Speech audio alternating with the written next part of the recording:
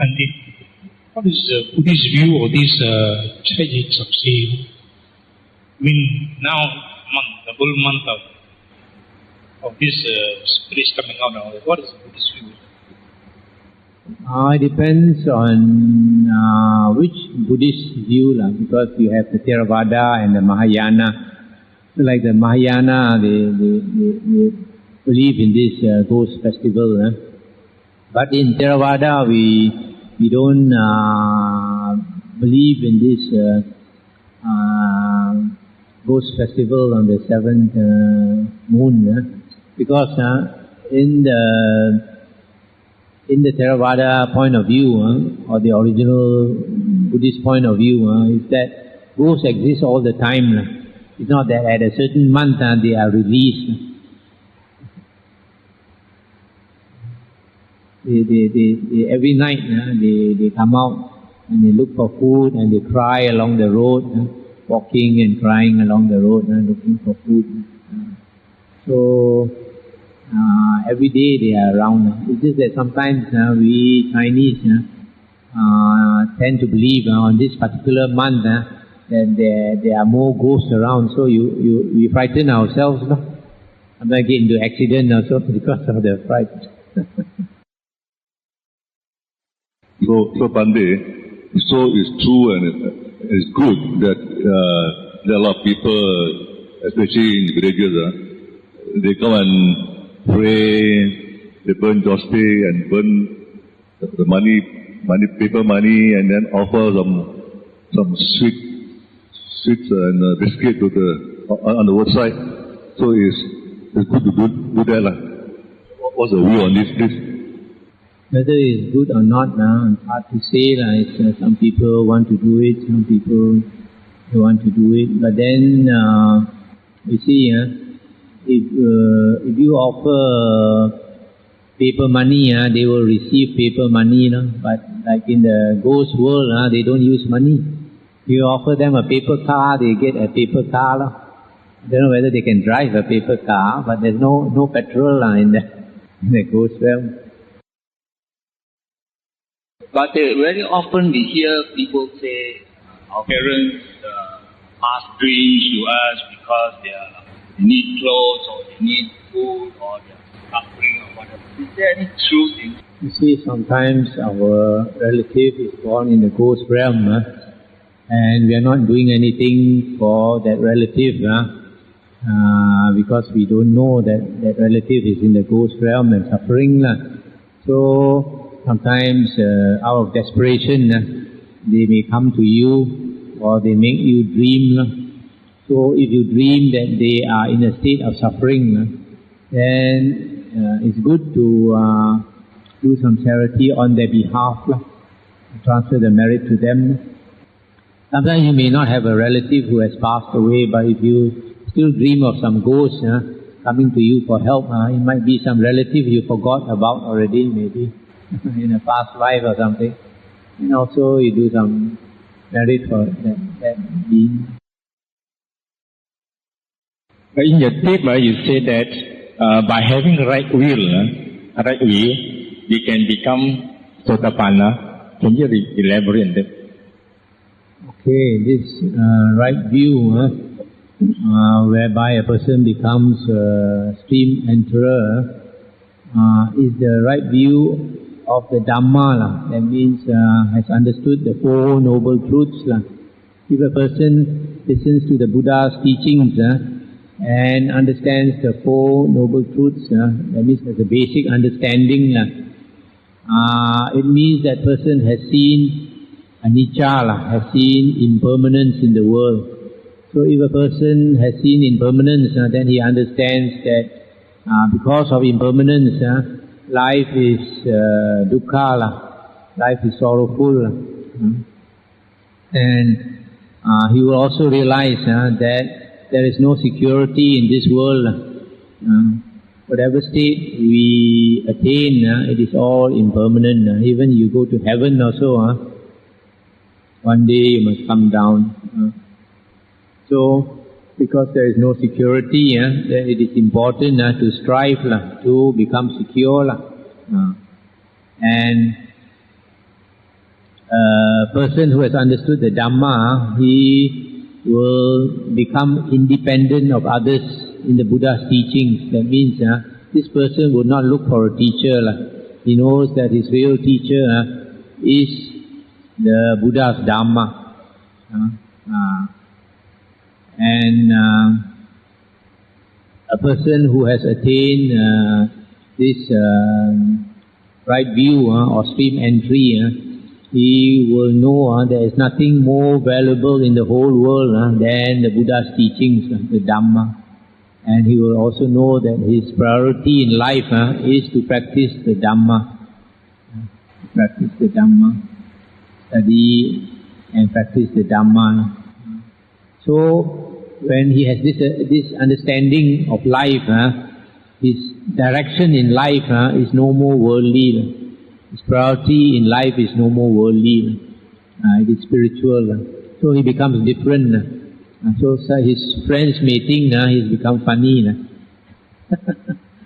Doesn't want to socialize, doesn't want to go happy hour and all that. So that's the price we have to pay. But anyway, if you have attained stream entry, you would also not be interested in worldly pursuits. Sometimes you do it just to please friends only. Bhante, you mentioned about doing charity and all that to help out relatives who pass away and transfer merits to them. But is it the same? Suppose we have a Dhamma sessions every week, Dhamma discussions, Sutta studies, and after we transfer merits also to our departed ones. Is it the same as doing charity? Or? No, it is not the same. Because our relative in the ghost realm, he needs food and he needs clothing. But when we practice the Dhamma, or we learn the Dhamma and we transfer merit, it does not make his stomach full. Maybe make his ears full, but not his stomach. So that's why in Mahayana, they have this Ulambana festival, and then they do a lot of prayers for the departed relatives. We don't do it because I think they are not interested in prayers. They are interested to satisfy their stomach, not their ears. Now we come and listen to the Dhamma and we transfer merit. Who are those who are likely to come and listen? Unseen beings who are likely to come and listen to the Dhamma are Devas. Devas will come. Like during the Buddha's time, Devas would also come and listen to the Buddha's Dhamma. And when they listen to the Buddha's Dhamma, sometimes the Buddha said they also attain stream entry. So the most a Deva can attain is actually stream entry when in contact with the Dhamma. Because when you are a Deva, there is no desire to strive, because you are so happy in the Deva realm. You don't see dukkha. You don't see aging. After millions of years, you look at yourself in the mirror, still 16 years old. So no incentive to strive.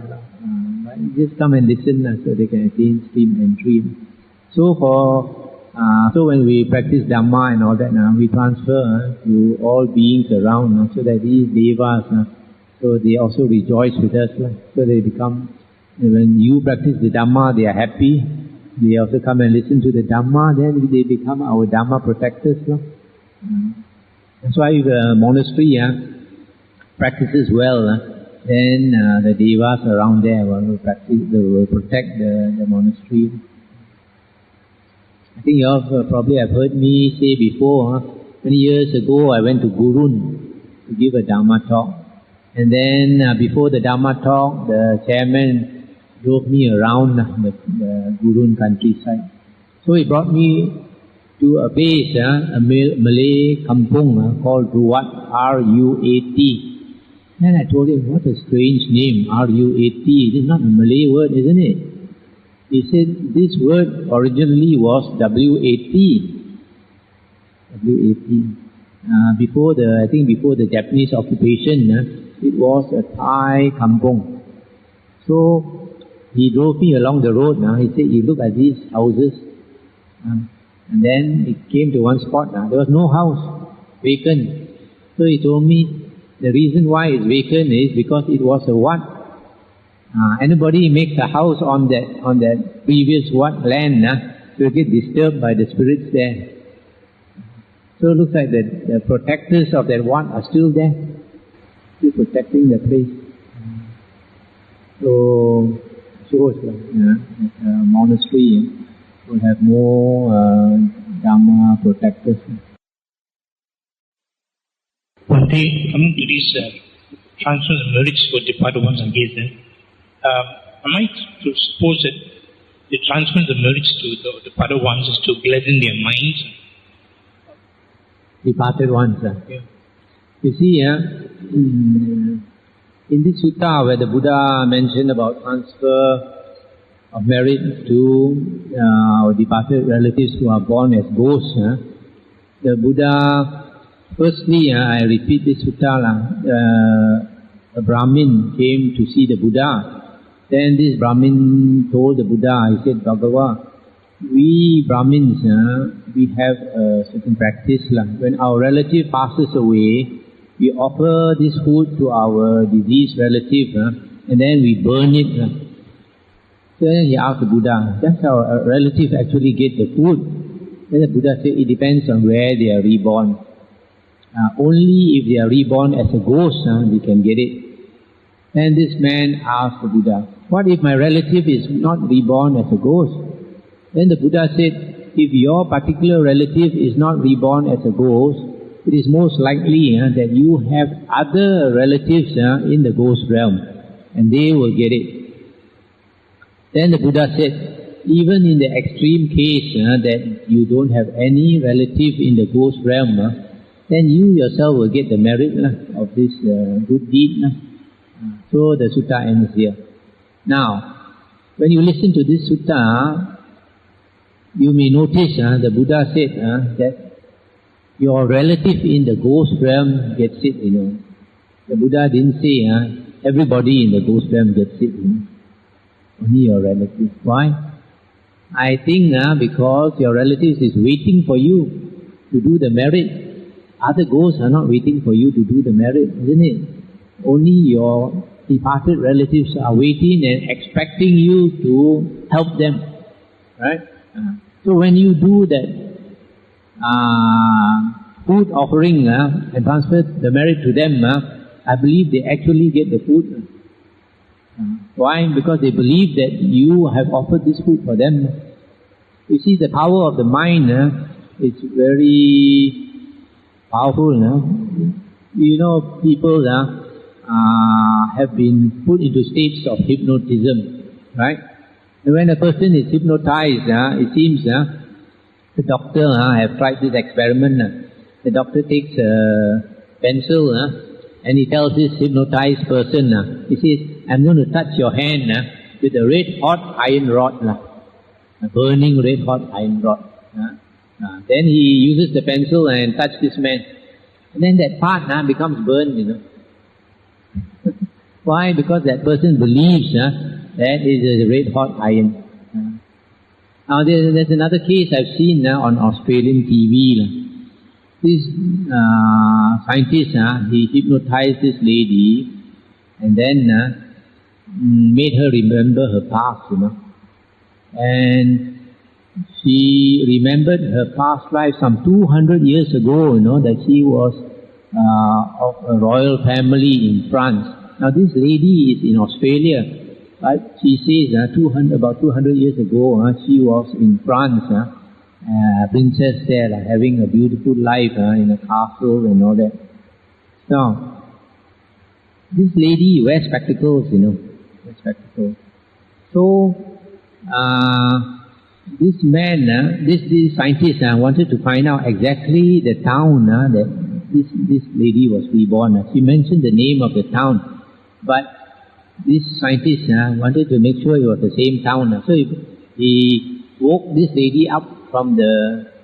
I'm still hypnotized, but he asked the lady to open her eyes. So the lady opened her eyes. Then he asked the lady to look at this map of France. And of course the town was there. He asked the lady to pinpoint the particular town, And when the lady was hypnotized, she had taken off her specs, taken off her specs. And then when he asked this lady, showed her the map and asked her the town, she could look at this map and tell him this is the town. Okay. Then after that he asked her to go to sleep again. Then after finding everything out from her, then he ended the session. Now, after the session, the lady put on her specs again. Now this scientist asked her to take off her specs. So she took off her specs. Then asked her to look at the map. And asked her asked her to look at the map and asked her a particular town.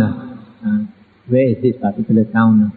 So she looked at the map without her spectacles. She cannot see, She cannot see. But during the hypnotic state, she could see without the spectacles. So you see, a lot of things is controlled by the mind. There are good and bad people in the world. Are there also good and bad ghosts in the ghost realm? And if they are bad and they harm people? Yes, I believe there are good and bad ghosts, just as there are good and bad devas also. Because there are some ghosts which harm beings, harm people. And there are some good ghosts also, I believe. You see, like a lot of our Chinese temples, they engage somebody to kill Bong, go into a trance.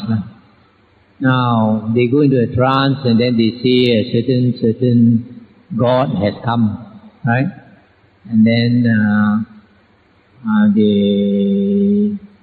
then the spirit will help. Sometimes if a certain person is sick, and the spirit will prescribe some medicine whereby that person takes that medicine and is cured. Now what is this spirit that comes into this human body? I don't believe it is Deva, because although we call it Deva, because Devas are higher than us, and human bodies to the Devas are smelly like pigs to us. When pigs come near us, we close our nose, isn't it? Thing is smelly. So our body is dirty compared to Deva's body. So it's not likely that you ask the Deva to come into the human body, they want to come into a human body. Lucky, you ask them to come immediately, you think they will come. Just like you making a phone call to the Prime Minister, ask him to come immediately. I want to talk to you. Will the Prime Minister come? Who are we to ask the Prime Minister to come immediately? So for the Deva, you ask him to come inside the body immediately. He is not your servant. He won't come immediately. So it's more likely it's ghosts that come into the human body. Or maybe a very low Deva, like a snake spirit and all that. Even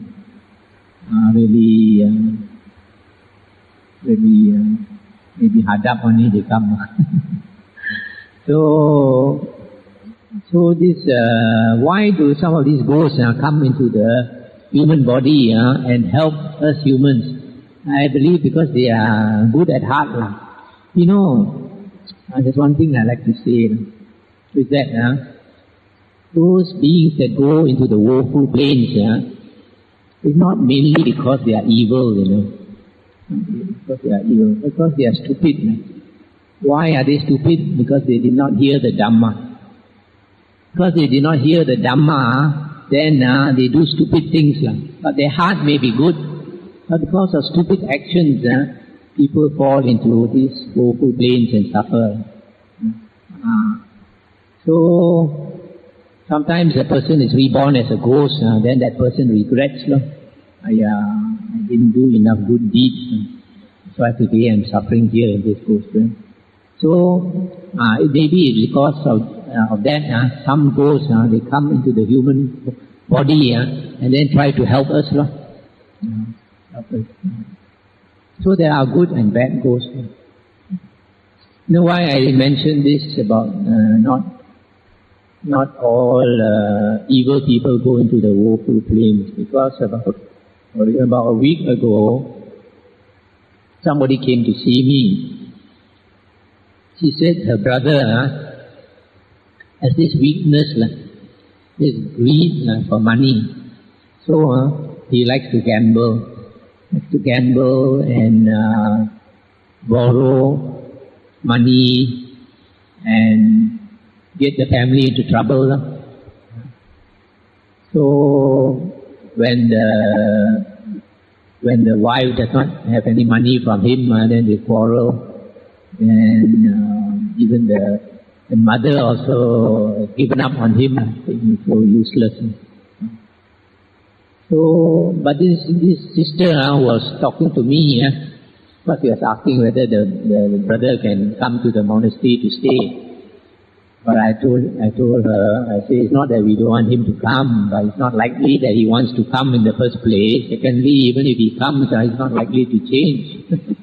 Takes a long time to change a person, So, then she said, she said, he's not that bad now. When he has money, he will buy a lot of things for the mother, buy for the children and all that. So I was thinking to myself, a lot of people are like that. We have a good heart, basically. But because of weakness, we do certain wrong actions that bring us to this woeful place. So a lot of people are suffering in the woeful planes, not because they are really evil at heart, but because they are stupid, never learned the Dhamma, and do those unskillful actions for which they regret later. Right? That's why the Dhamma is so valuable. So the best thing in the world, if you learn the Dhamma, then you know how to differentiate between right actions and wrong actions. And you will do right actions that bring you happiness in this life and in the future life. Instead of the stupid fellow who does wrong actions and suffer. You see like a lot of drug addicts, they are not evil people. A lot of drug addicts just like ordinary human beings. They want to enjoy. Only thing is they enjoy in the wrong way. And also they don't know the consequence that after being a drug addict and being hooked on to drugs, they'll probably be reborn in the ghost realm and become a hungry ghost. It's like a person is hungry all the time. So this drug addict is also hungry for the drug all the time. So it's very likely to be reborn in the ghost realm where he's hungry all the time. So be careful, it's wrong, silly actions that bring us into the woeful pains. Even people who are good at heart do silly actions and regret. Bhante, it said that in order to be an arahant, you must be a monk. A layman cannot be an arahant. Not exactly, because like this person Yasa I mentioned just now, the sixth arahant disciple of the Buddha, he was a lay person, but after listening to the Dhamma, he became an arahant.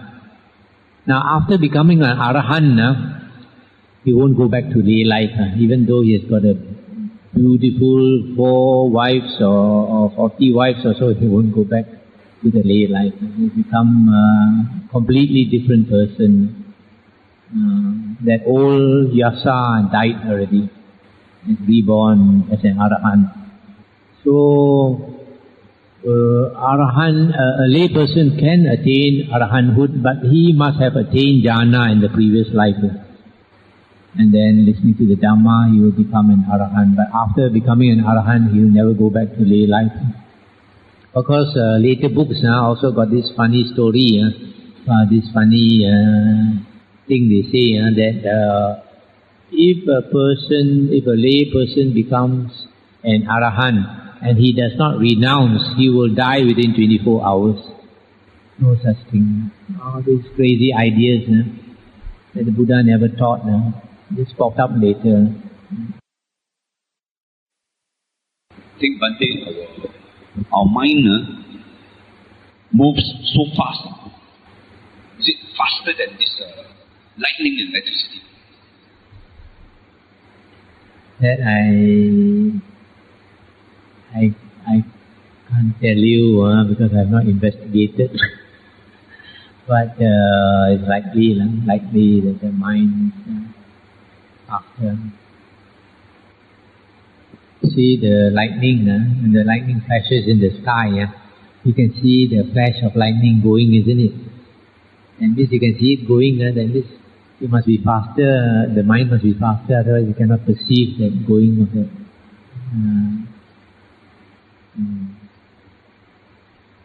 One last thing, just now, Dr. Lim asked about the transference of merit, that like after a Dhamma session, whether it's the same as transferring merit from a food offering to a ghost. It's just like karma, Karma, there are different accounts. Killing karma is one account. And generosity karma is another account. And stealing karma is another account. So, for example, if a person has done a lot of killing, and for example, a person is likes to go hunting, and as a result of hunting a lot of animals, then he is dying of cancer. Okay, his life is going to be short. So maybe the son or the daughter, having learned some Dhamma, and has not understood properly, he thinks, I want to do charity and lengthen the life of the father. Charity is different account. Killing karma is different account, Doing charity cannot lengthen the life of your father. You do charity for your father, maybe next lifetime, he will have a better life, in the sense of he can get money of livelihood easier, but it is a totally different account. So we have to be clear, karma, but different account books, cannot mix them up. Bhante, this is doing charity, but especially the Mahayana, they believe in Fongsang. This is setting free of animals or somebody or some beings in maybe even brought to a slaughterhouse or with their animals. I know a friend who had saved a monkey from. He was picked by a thorn, and put in a cage by the Malay boys. Then he bought the animal, took out the thorns, and set the monkey free. After that, he seems to have a better life. So, setting free helps in lengthening the life of a person. Yeah, this Fongsang, liberation of animals, generally it is not very meritorious, not very helpful. Why? Because it very often it does not really benefit. For example, you go on Vesak Day, you go and buy a lot of birds and then you release them. So next year, they know that you are going to buy birds. Just before Vesak, they are going to catch a lot of birds. So it defeats the purpose.